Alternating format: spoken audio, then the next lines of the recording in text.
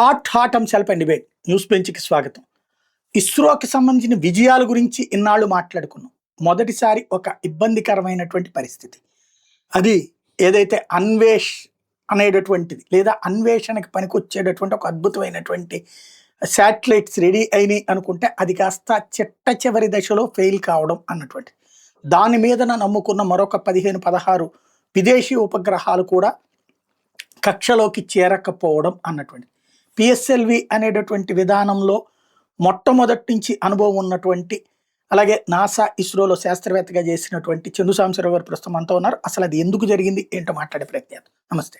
నమస్కారం. ఏంటి అసలు ఏం జరిగింది అనుకోవాలి ఇది? ఇట్స్ వెరీ అన్ఫార్చునేట్ సాయి గారు. నిన్న C62 అనే మిషన్, అంటే పిఎస్ఎల్వి శ్రేణిలో కమర్షియల్ ఆపరేషన్స్లో ఇది 62వ లాంచ్. దాన్ని ఒరిజినల్గా మేము 80s, 90s ఒరిజినల్గా డెవలప్ చేసినప్పుడు ఒక 2 డెవలప్మెంటల్ ఫ్లైట్స్ కూడా ఉన్నాయి. దాన్ని D1, D2 అన్నారు. తర్వాత C1 to C62 దాకా వచ్చాం మనం. ఈ మొత్తం ప్రయాణంలో మనందరికీ ఒక కాన్ఫిడెన్స్ వచ్చింది, రెస్పెక్ట్ వచ్చింది. పిఎస్ఎల్వి అనేది ఇస్రోకు ఉన్నటువంటి ఒక వర్క్ హార్స్. మీరు ఎలాంటి మిషన్కైనా మైనర్ మోడిఫికేషన్స్ తోటి సక్సెస్ఫుల్గా చేయగలిగినటువంటి ఒక లాంచర్, ఒక లాంచ్ వెహికల్. అలాంటి PSLV back to back last year C61 ఇబ్బంది పడింది, ఇప్పుడు 62 ఇబ్బంది పడింది. So definitely this raises lot of concerns. ఏమవుతుంది, ఏం జరుగుతుంది అని. ఇంకోటి ఏంటంటే, అసలు మొత్తం ఈ సుదీర్ఘ ప్రయాణంలో D1 ఎందుకు ఫెయిల్ అయిందో మనకి క్లియర్గా తెలుసు. మాకు రింగ్స్ అని ఉంటాయి, ఇంటర్ స్టేజ్ రింగ్స్ అని ఉంటాయి. దాంట్లో నామన్క్లేచర్ ఫ్రెంచ్ వాళ్ళు మార్చినప్పుడు అది సాఫ్ట్వేర్లోకి క్యారీ కాక, మనం ఇలా వెళ్ళాల్సిన వెహికల్ ఇటు ఒరిగినప్పుడు ఇటు కరెక్ట్ చేయాల్సింది పోయి ఇటు ఒరిగిన వెహికల్ని ఇంకొద్దిగా నెట్ అయిపోయింది. రీజన్ మనకు తెలుసు, క్లియర్గా ఎందుకు ఫెయిల్ అయిందో మనకి వితిన్ డేస్ తెలిసిపోయింది. కాబట్టి వెంటనే కరెక్ట్ చేశారు. D2 సక్సెస్ అయింది. ఆ తర్వాత అన్నీ కూడా సక్సెస్ అయినాయి, చాలా బాగా జరిగింది. మొత్తంలో మనకి C1 అప్పుడు ఒక చిన్న డీవియేషను, అదేం ఫెయిల్యూర్ అనుకోరు.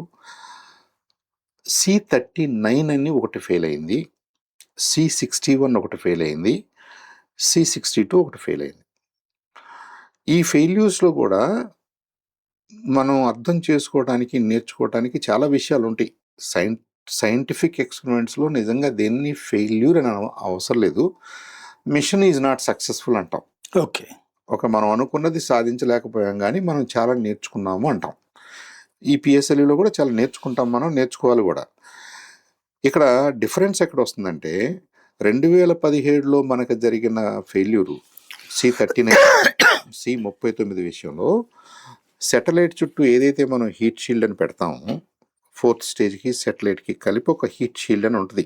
ఈ వాతావరణంలో పైకి వెళ్ళేటప్పుడు ఈ ఎయిర్ ఫ్రిక్షన్ కానివ్వండి, దానివల్ల హీట్ అయ్యి మొత్తం డ్యామేజ్ కాకుండా, ఆ హీట్ షీల్డ్ ఏమైంది, ఓపెన్ కాల, అలా ఉండిపోయింది. కాబట్టి మీకు 4th స్టేజ్ శాటిలైటు ఇంకా యూజ్లెస్ అయిపోయింది. So mission failed. సరే, దానికి ఆ ఫెయిరింగ్స్లో ఏం జరగాలో, ఆ పైరోటెక్నిక్స్లో ఎక్కడ ప్రాబ్లం ఉందో అదంతా మన వాళ్ళు అర్థం చేసుకున్నారు. ఆ తర్వాత 21 లాంచెస్ మనకేం ప్రాబ్లం కాలేదు. ఈ 4 స్టేజెస్లో ఉన్న పిఎస్ఎల్వి అనేక కాన్ఫిగరేషన్స్లో, ఎక్సెల్ కాన్ఫిగరేషన్లో, ఇంకో కాన్ఫిగరేషన్లో పనిచేస్తూనే వచ్చింది.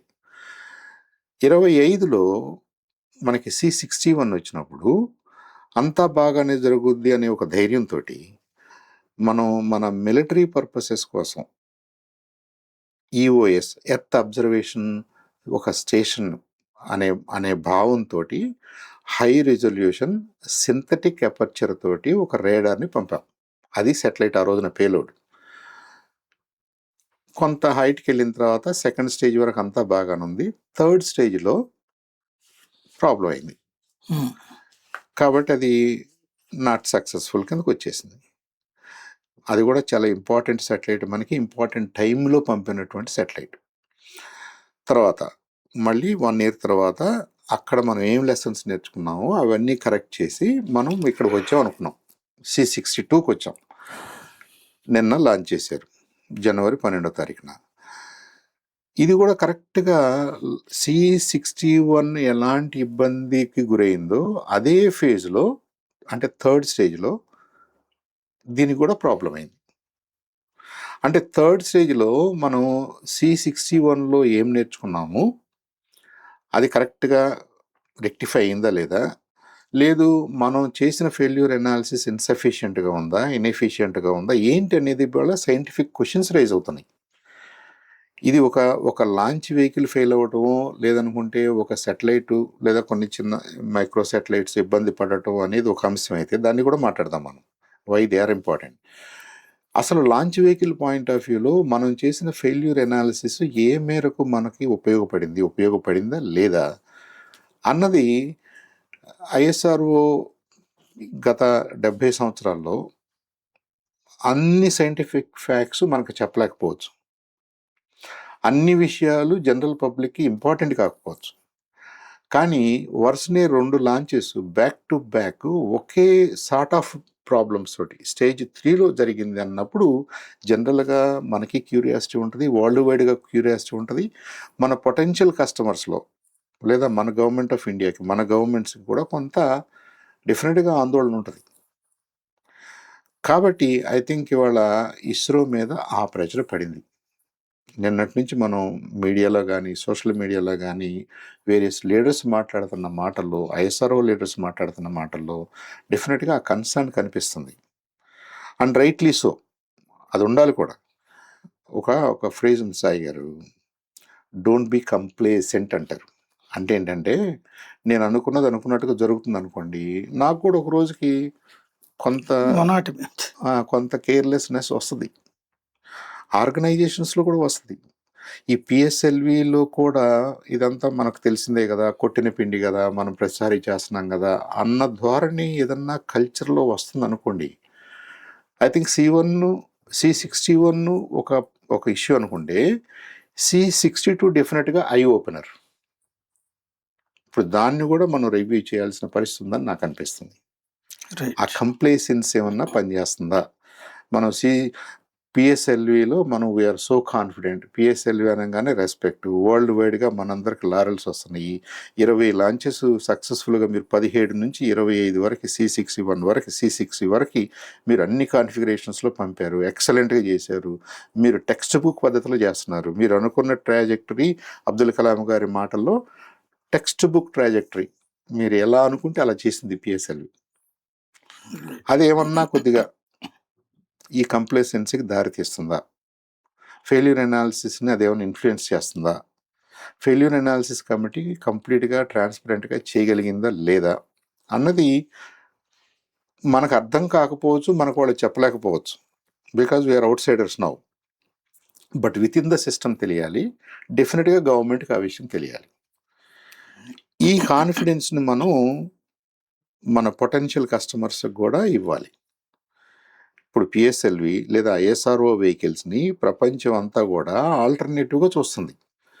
ఎవరికైతే రాకెట్స్ లేవో వాళ్ళు మన దగ్గరకు వచ్చి కమర్షియల్గా లాంచ్ చేయాలని కోరుకుంటున్నారు. అతి తక్కువ ఖర్చుతో మోస్ట్ ఎఫిషియెంట్గా మనం చేయగలుగుతున్నాం. మరి ఇప్పుడు ఆ బ్రాండ్కి కూడా కొంత ఇమేజ్ ప్రాబ్లం అవుతుంది కదా. సో నిన్న మంది earth observation station N1 very important satellite అని మనం అనుకున్నాము. మన మిలిటరీ ఆపరేషన్స్కి, అదర్ పర్పసెస్కి చాలా అవసరం అని అనుకున్నాం. So to that extent military will be affected. వాళ్ళ ప్లానింగ్ కొంత డిలే అవుద్ది. 61 లాస్ట్ ఇయర్ ప్రాబ్లం అయింది, ఈ సంవత్సరం ప్రాబ్లం అయింది. కాబట్టి మళ్ళీ దీన్ని ఆపరేషనల్గా చేయాలనుకుంటే వాళ్ళకి కనీసం 6 months 1 year పట్టుద్ది. సో మిలిటరీ లైన్ కొద్దిగా మూవ్ అయినట్టే కదా. దానికి తోడు మనల్ని నమ్ముకుని lot of startups, lot of commercial companies వాళ్ళు కూడా వాళ్ళ లైన్ ఆఫ్ థింకింగ్లో ఎక్స్పెరిమెంటల్ సెటిలైట్స్ పెట్టుకున్నారనుకోండి, మనం అది చేయగలిగితే ఆ కంపెనీకి ప్రాణం పోసిన వాళ్ళు అవుతాం. ఇవాళ ఏదో చిన్న కంపెనీ, ఏదో చిన్న శాటిలైటు అని మనం అనుకున్నప్పటికీ వాళ్ళ రోడ్ మ్యాప్లో ఇది ఎలా పెర్ఫామ్ చేస్తుందో probably that is important for them to go forward. ఇప్పుడు దానికి బ్రేక్ పడింది కదా. కాబట్టి కమర్షియల్ ఆపరేషన్స్లో ఇది not only A concern for ISRO, it's actually a major concern for potential customers also. అది మనం గుర్తించాలి. I think ISRO doctor Narayanan గారి మాటల్లో అది కనిపిస్తుంది మనకి. రైట్. కనిపిస్తుంది. ఐ హోప్ దీన్ని రిజాల్వ్ చేసి థర్డ్ స్టేజ్‌లో అసలు ఏం జరుగుతుంది? థర్డ్ స్టేజి అనేది సాలిడ్ మోటరు, చాలా స్టేబుల్ మోటరు. దాంట్లో మనకు నిజంగా C31 వచ్చేంత వరకు, C61 వచ్చే వరకి లాస్ట్ ఇయర్ వరకి థర్డ్ స్టేజ్‌లో మీకు ఎప్పుడు ఎక్కడ ప్రాబ్లమ్ కాల. ఎప్పుడు ఏ విషయంలోనూ ప్రాబ్లమ్ కాల. 100% సక్సెస్‌ఫుల్ మోటర్ అది. Solid motor. అంటే అదే. అదర్ సిస్టమ్స్ ఆల్సో రిలేటివ్లీ సింప్లిస్టిక్‌గా ఉంటాయి. సాలిడ్ మోటార్స్‌లో ఎక్కువ కాంప్లికేషన్స్ రావు. మీకు లిక్విడ్ మోటార్స్ లేదనుకుంటే cryogenic motors they are more challenging. Okay. So అలాంటి solid motor, well tested motor, ఇంతకాలం పనిచేసిన మోటరు 2 టైమ్స్, లాస్ట్ టైం ఏమో ప్రెషర్ డ్రాప్ అన్నారు, ఈసారి ఇంకా మనకు రీజన్ తెలియదు. But both are in third stage. Third స్టేజ్లోనే జరిగింది, ఆ ఇష్యూ వచ్చింది. కాబట్టి I think ISRO it will definitely take it more seriously. మనం కూడా let's hope they will unearth the real reasons and డెఫినెట్గా దీన్ని ఓవర్కమ్ చేయాలని కోరుకుందాం. ఇక్కడ నాకు ఒక సందేహం ఏంటంటే, సాధారణంగా మిలిటరీ యాక్టివిటీని డిలే ఆర్ డిస్టర్బ్ చేయడానికి ప్రపంచ దేశాలు సాధారణ కుట్ర పన్నుతుంటే, ఈవెన్ మన రాకెట్రీ సినిమా కారణమైనటువంటి ఆయన ఇంజన్స్ని ఆపడం కోసం చేసిన కుట్రలు కావచ్చు, అట్లాగే అనేక మంది శాస్త్రవేత్తలు చనిపోయిన సందర్భాలు కూడా ఉన్నాయి. రైట్. అది సహజ డెత్స్ కింద చూపించడం. అట్లాగే ఇప్పుడు చూస్తే ఇక్కడ జరుగుతున్నటువంటి దాంట్లో పిఎస్ఎల్వి దాంట్లో 2 సార్లు కూడా మిలిటరీ ఆపరేషన్ యాక్టివిటీకి సంబంధించిన శాటిలైట్లోనే అప్పుడు మాత్రమే డిస్టర్బెన్స్ వచ్చింది. రైట్. సో ఇది డెఫినెట్గా దిస్ ఈజ్ అనదర్ యాంగిల్. మనం ఎందుకు C61, C62 back to back 2 సార్లు కూడా EOSI అంటే సెటిలైట్ టైప్ వచ్చేసి ఎర్త్ అబ్జర్వేషన్ కోసం మనం that military grade synthetic aperture radars వాడి మిలిటరీ గ్రేడు వాడుతున్నాం అన్నాం. న్యాచురల్గా దాని మీద మనం ఇంకా ఎక్స్ట్రా కేర్ఫుల్గా ఉండాల్సిన అవసరం కూడా ఉంటుంది. ఇది ఇస్రోకి, DRDOకి, గవర్నమెంట్ ఆఫ్ ఇండియాకి తెలియని విషయాలేం కాదు. ఆ ఎక్స్పర్ట్స్కి ఆ విషయాలన్నీ తెలుసు. ఇన్ స్పైట్ ఆఫ్ దట్ జరిగింది అనేది కదా కన్సర్న్. ఇప్పుడు ఎలాంటి ఏదన్నా అవకాశాలు ఉంటాయి, సాబటేజ్కి అవకాశాలు ఉంటాయి, ప్రతి మిషన్లోనూ ఉంటాయి. ఇప్పుడు ఇస్రోకి మంచి పేరు వస్తుందంటే చిన్న రాకెట్టో, పెద్ద రాకెట్టో, సౌండింగ్ రాకెట్టో, PSLVనా, GSLVనా ఏదైనా సరే దీనికి అవకాశం ఉంటుంది అన్న విషయం ఇస్రోకి కొత్తగా నేర్చుకునేది ఏం కాదు. ఐ థింక్ అలాంటి ఆర్గనైజేషన్స్కి ఇంటెలిజెన్స్ ఉంటుంది. సరే, అది మనకు తెలియదు కాబట్టి దాని మీద నేను కామెంట్ చేయకుండా దాన్ని కూడా ఇవాళ అడ్రస్ చేయాల్సిన పరిస్థితి వచ్చింది కదా. సో ఇస్రో ఏం చేస్తుంది అనేది టెక్నికల్గా అసెస్ చేయటం ఒక అంశం అయితే, నాన్ టెక్నికల్గా, జియో పొలిటికల్గా, వరల్డ్ పాలిటిక్స్ని కూడా దృష్టిలో పెట్టుకుని దాని ఇన్ఫ్లుయెన్స్ కానీ, ఇంపాక్ట్ కానీ, పార్టిసిపేషన్ కానీ ఏమైనా ఉందా మన మిషన్స్లో అన్నది కూడా I think it will also be part of FAC, failure analysis committee అన్నప్పుడు. అందుకే నేను ఇంతకుముందు అన్నాను, అన్ని విషయాలు వాళ్ళు మనకు చెప్పలేకపోవచ్చు, మనకు అర్థం కాకపోవచ్చు. బట్ టెక్నాలజీ పాయింట్ ఆఫ్ వ్యూలో at least ISRO should be very clear.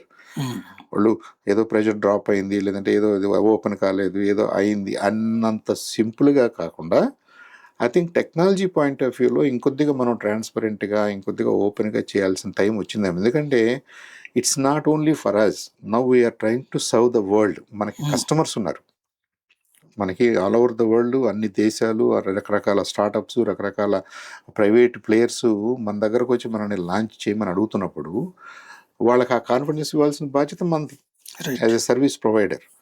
మనం దాంట్లో నుంచి షై అవే కాకూడదు.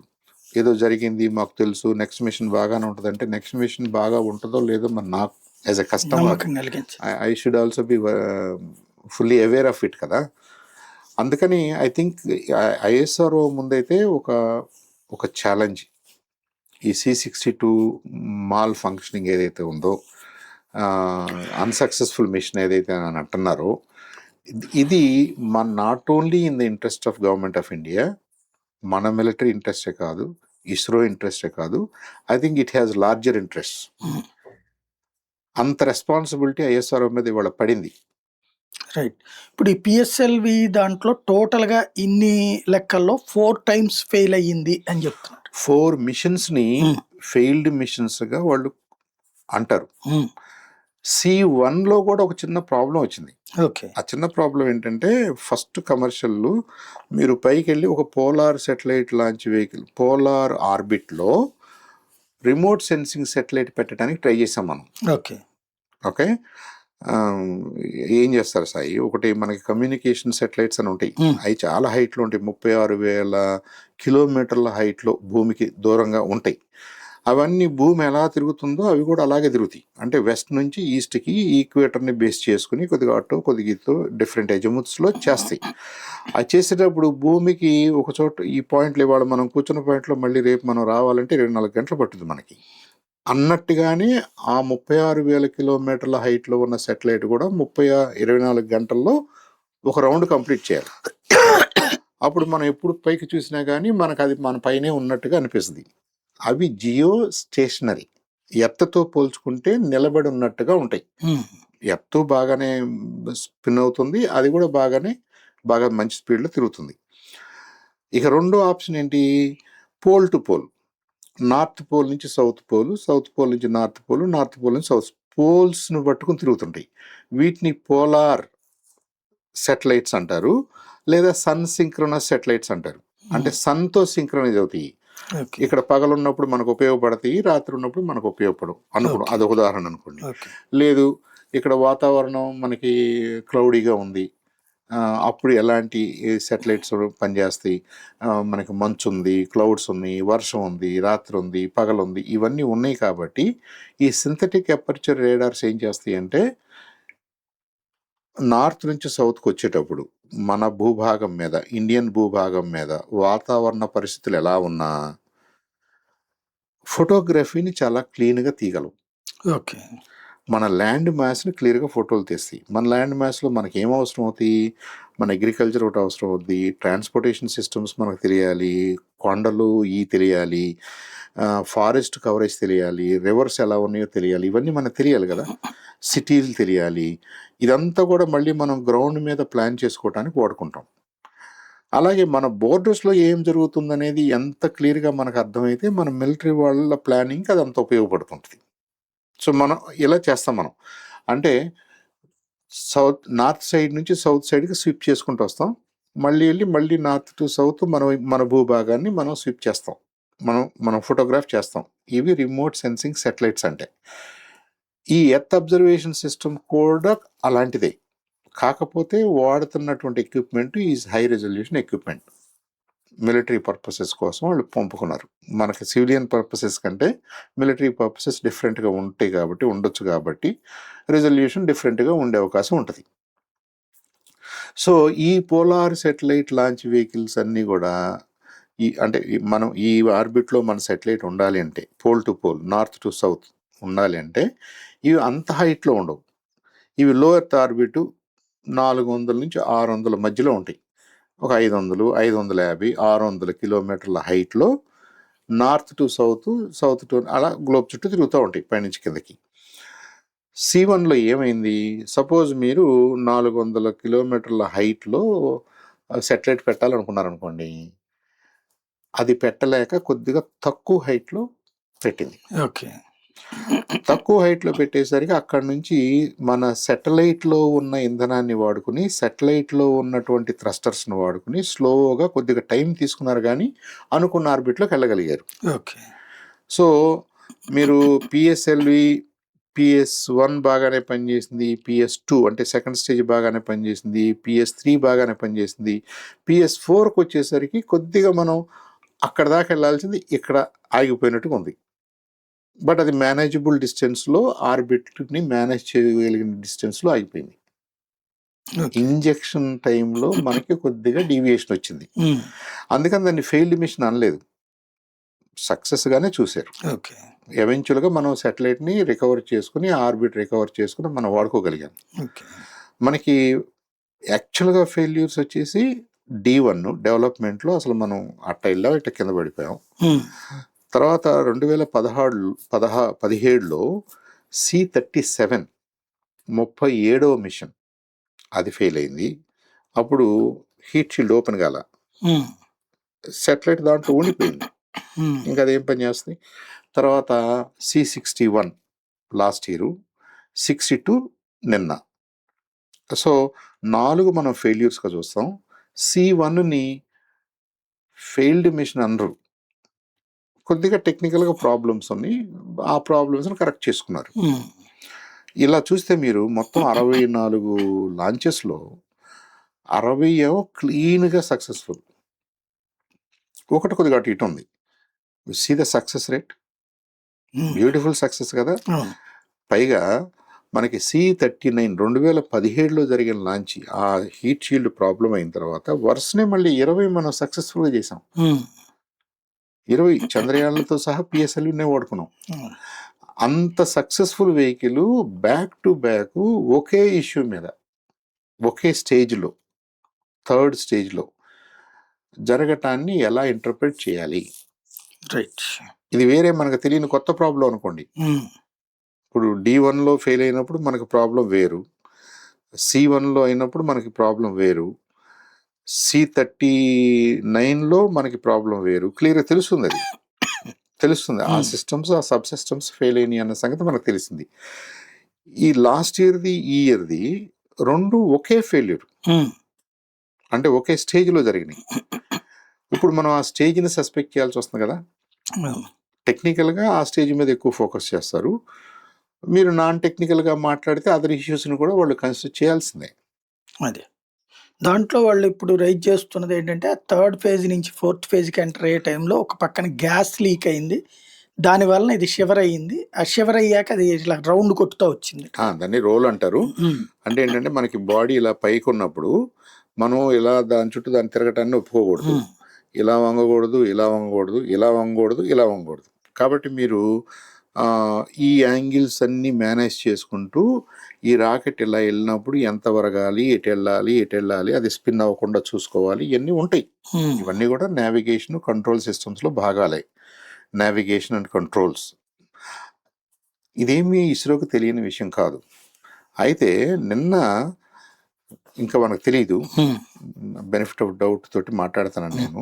We are not sure what exactly happened. FSC constitute చేశారు, వాళ్ళు ఏదో ఒక 1 వీక్ 10 days ఉన్న డేటాని అనలైజ్ చేసి వాళ్ళు ఏదో they will come up with their findings. ఈ PS3 అనేది solid state motor, solid state rocket. అంటే ఏంటంటే దీంట్లో ఉన్న ఇంధనం సాలిడ్, దాన్ని ఒకసారి మీరు ఇగ్నైట్ చేస్తే మీరు దాని లోపల ఉన్న బోర్ని ఎలా కట్ చేశారో అదే లెక్కలో అది పెర్ఫామ్ చేసేస్తుంది. థ్రస్ట్ విషయంలో మీకేం ప్రాబ్లం రాదు. ఇక ఇప్పుడు రోల్ అయింది అన్నారు అనుకోండి, ఈ రోల్ అటు ఇటు రోల్ అవ్వడానికి కారణం ఈ కంట్రోల్ సిస్టమ్స్ ఏవైతే ఉన్నాయో, నావిగేట్ చేయాల్సిన సిస్టమ్స్ ఏవైతే ఉన్నాయో, అవి ఏదైనా చిన్న ప్రాబ్లంలో పట్టడానికి అవకాశం ఉంది. అవి చిన్న చిన్న లిక్విడ్ మోటార్స్. ఇప్పుడు మీరు విన్నది ఆ యాంగిల్లో వస్తుంది అనమాట. మీరు రోల్ అయింది అన్నారు కదా, రోల్ అయిందంటే నేను ఒప్పుకోను, మీరు రోల్ అవుతున్నారు అంటే నేను కరెక్ట్ చేయాల్సిన విధంగా కరెక్ట్ చేయలేకపోతున్నాను కదా. నాకు కరెక్ట్ చేసే చిన్న చిన్న రాకెట్స్ అన్ని, దీని చుట్టూ ఉన్న చిన్న చిన్న రాకెట్స్ అన్ని కూడా లిక్విడ్స్తో ఆపరేట్ అయ్యాయి. సో వాటిని కంట్రోల్ చేయటంలోనైనా నేను ఫెయిల్ అయ్యాను, లేదా వాటిని గైడ్ చేయటంలోనైనా నేను ఫెయిల్ అయ్యాను, లేదు అవి ఫంక్షనల్గానన్నా ఫెయిల్ అయినాయి. ఈ మూడిట్లో మీరు చెప్పాలి. మనం అనుకున్న చిన్న థ్రస్టరు, చిన్న రాకెట్టు, కరెక్షన్ కోసం మనం వాడుకుంటున్న రాకెట్స్ ఫంక్షనల్గా ఫెయిల్ అయ్యిందా, దాన్ని ఎప్పుడు పనిచేయాలో, ఏ మేరకు పనిచేయాలో అని నేను గైడెన్స్ ఇవ్వటంలో ఫెయిల్ అయిందా, లేదు అసలు ఈ రోలే నేను మెజర్ చేయలేక నేను ఎప్పుడు దాన్ని కంట్రోల్ చేయాలో, ఎప్పుడు చేయకూడదో నాకు అర్థం కాలేదనుకోండి, ఇవన్నీ కూడా మైక్రో సెకండ్స్, నానో సెకండ్స్లో జరిగిపోతాయి. ఆన్బోర్డ్ కంప్యూటర్ చూసుకుంటుంది కదా సాయి. మనం కిందుండి ఊరినే వాచ్ చేయటమే కానీ there is really not much we can do. Satellite deploy అయిన తర్వాత ground stations can do lot of things. ఈ రాకెటరీలో మీరు ఒకసారి PSLV PS1 ఇగ్నిషన్ అయిన తర్వాత ఇంకా మీరు దాన్ని కాదు, కూడదు, ఆపేద్దాం అలా ఏం లేదు. ఇంకా మీరు సాలిడ్ స్టేట్ రాకెట్, అది ఫైర్ అవుతుంది, ఫైర్ అవుతుంది అంతే. మీరు చేయగలిగింది కంట్రోల్ చేయగలగటమే. రైట్. ఇప్పుడు దీంట్లో పంపించిన శాటిలైట్స్ అన్ని ఫెయిల్ అయినట్టే కదా ఇప్పుడు దాంట్లో. ఆ లాస్ ఎంత ఉంటుంది, దీని లాస్ ఎంత ఉంటుంది, వాటి లాస్ ఎంత ఉంటుంది, వాటికి ఇన్సూరెన్స్ ఉంటుందా, ఎవరు భరిస్తారు? అది I think it depends on individual players. Government of ఇండియాని అండర్టేకర్ కాబట్టి మన సెటిలైట్స్కి మన రాకెట్స్కి ప్రత్యేకంగా ఇన్సూరెన్స్ అనేది ఏమి ఉంటుందని నేను అనుకోవట్లేదు. హవెవర్ మీరు కమర్షియల్గా వేరే వాళ్ళ రాకెట్ని మీరు అది చిన్నదో పెద్దదో మీరు లాంచ్ చేయడానికి ఒప్పుకున్నారు కాబట్టి డెఫినెట్గా సర్వీస్ లెవెల్ అగ్రిమెంట్స్ అనేవి ఉంటాయి. ఓకే. మీరు మాకు ఈ విండోలో లాంచ్ చేసి పెట్టాలి, పలానా C-62 మిషన్లో భాగంగా పెట్టాలి, దానికి మేము ఇంత ఖర్చు ఇస్తాం, మా వైపు నుంచి మేము ఇంత ఫీ ఇస్తాము, ఇన్ కేస్ ఆఫ్ డిఫికల్టీ మీరు మాకు ఎలా కాంపెన్సేట్ చేస్తారు, ఇంకో ఫ్యూచర్ మిషన్లో మమ్మల్ని అకామిడేట్ చేస్తారా, ఈ సెటిలైట్ కాస్ట్ భరిస్తారా, ప్రాబబ్లీ ఆ అగ్రిమెంట్ ఉంటుంది చూసారా వాళ్ళకి మనకి, దాంట్లో ఉంటుంది. సెటిలైట్స్కి సపరేట్గా ఇన్సూరెన్స్ కంపెనీలు ఉన్నాయని కానీ కంపెనీలు చేస్తున్నాయని కానీ ఐఎమ్ నాట్ ష్యూర్. రైట్. ఏదన్నా స్పెసిఫిక్ కేసెస్ ఉన్నాయేమో నాకు తెలియదు. బట్ వరల్డ్ వైడ్గా ఇప్పుడు the mother of all insurance companies అంటే లాయిడ్స్ ఆఫ్ లండన్ అంటారు. వాళ్ళన్నిటికీ చేస్తారు, మనుషుల పార్ట్లు కూడా చేస్తారు కావాలంటే. మెరడోనా లాంటి ఫుట్బాల్ ప్లేయర్స్కి, సాకర్ ప్లేయర్స్కి మరి ఆయనకి కాలు ఇంపార్టెంట్ కాబట్టి కాలుకు చేస్తారు. ఇప్పుడు కూడా చాలామంది ప్లేయర్స్కి కాళ్ళు చేతులు చేస్తారు వాళ్ళు. అలాంటి ఇన్సూరెన్స్ కంపెనీ కూడా సెటిలైట్స్కి చేస్తుంది అని నేను వినలేదు. రైట్. మన ఇండియాలో అయితే ఐ డోంట్ థింక్ ఎవరు చేస్తున్నారని నేను అనుకోవట్లేదు. ఈ వచ్చిన వాళ్ళు కమర్షియల్ సెటిలైట్స్ అన్నీ కూడా from different parts of the world వచ్చినాయి కాబట్టి వాళ్ళ అరేంజ్మెంట్స్ ఏమన్నా ఉంటే ఉన్నాయేమో, ఐఎమ్ నాట్ షూర్. చూద్దాం, దాని గురించి కూడా ఆలోచిద్దాం. బట్ దానికంటే కూడా సాయి గారు మీకు ఎక్కడ నష్టం జరుగుద్దంటే, సపోజ్ మనం ఒక స్టార్టప్ కంపెనీ ఒక 50 మందో 20 మందో 100 మందో మంచి ఇంజనీర్స్ని టెక్నీషియన్స్ని పెట్టుకుని మనం ఒక ఐడియాతో ఒక ప్రాజెక్ట్ చేసాం. ఈ ప్రాజెక్ట్ మనకి ప్రస్తుతానికి ఎక్స్పెరిమెంటల్. ఇది ఎలా పర్ఫామ్ చేస్తుందో దీన్ని బట్టి నేను స్కేల్ అవ్వాలని చూస్తున్నాను, అంతే కదా. ఇప్పుడు మీరు నాకు నా ఎక్స్పెరిమెంట్ని మీరు అబ్రప్ట్గా ఆపేసినట్టే కదా. ఇప్పుడు నా రోడ్ మ్యాప్ ముందుకెళ్ళదు కదా.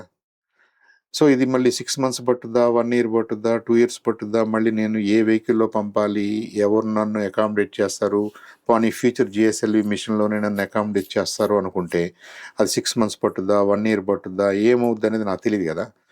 ఐ థింక్ ఆ డ్యామేజ్ కంపెనీస్కి ఎక్కువ ఉంటుంది. అంటే మీ రోడ్ మ్యాప్, మీ విజన్, మీరు ఇది అయిన తర్వాత దీంట్లో మనం నేర్చుకున్న దాన్ని బట్టి ఎలా స్కేల్ అవ్వాలి, నెక్స్ట్ మనం ఇది చేయాలి అనేది ఉంటుంది కదా, మీకు ఉంటుంది కదా.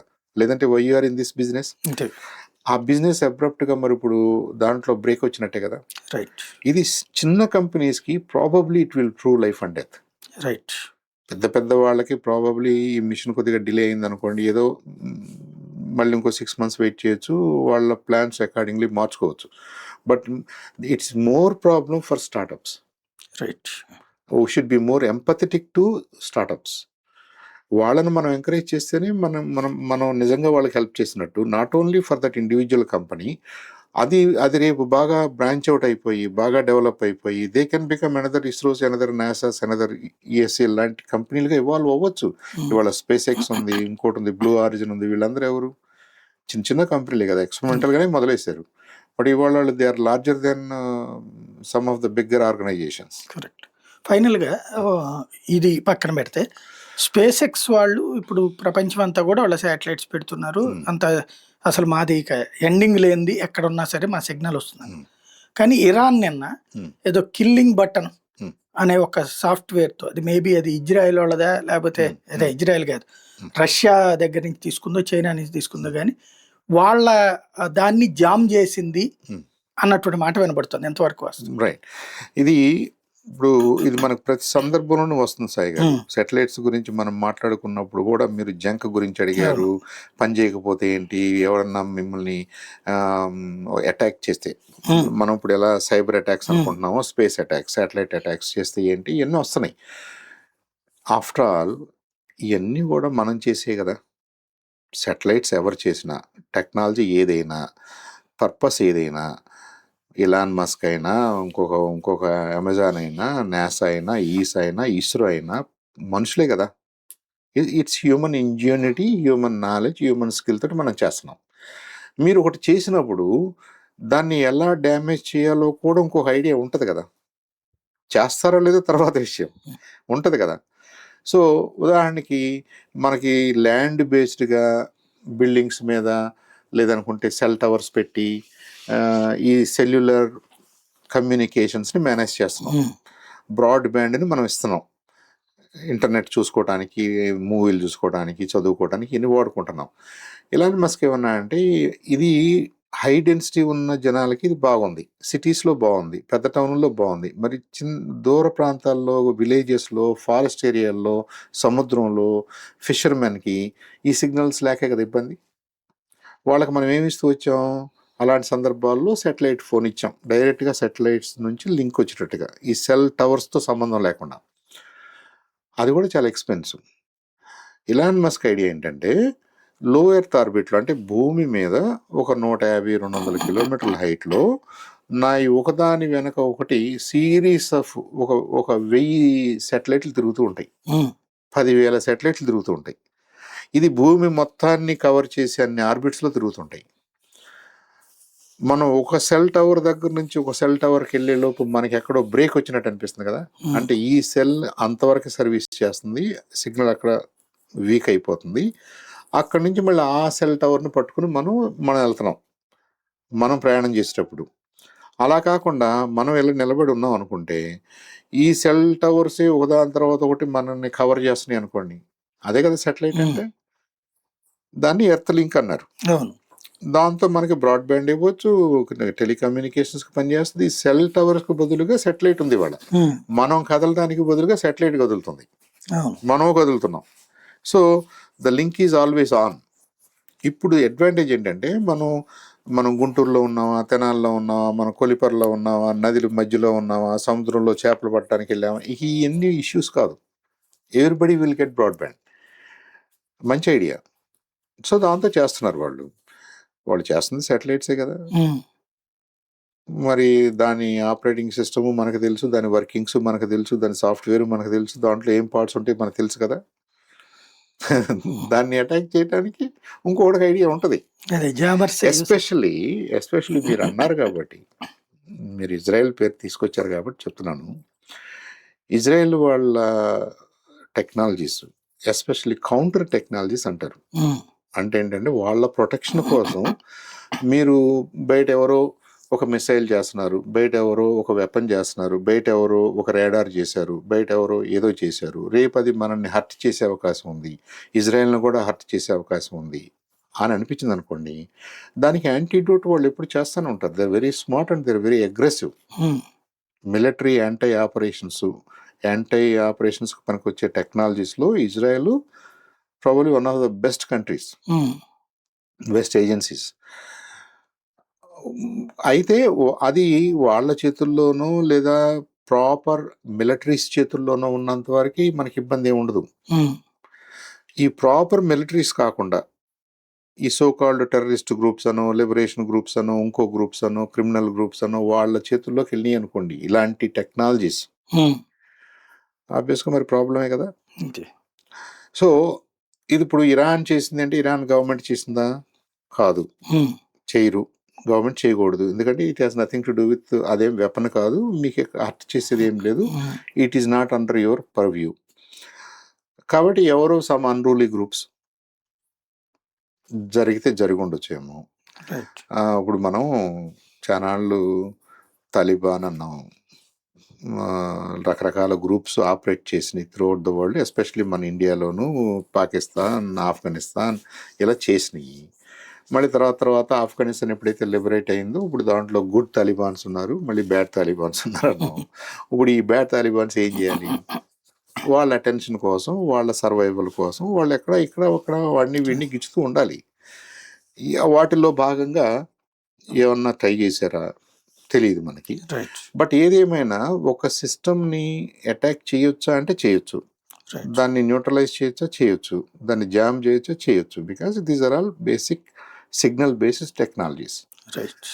అలా చేస్తారా చేయకూడదా, చేస్తే ఏమవుద్ది? ఇప్పుడు ఎంత టెర్రరిస్ట్ అని కానీ ఎథికల్ బిహేవియర్ ఉంటుంది కదండి.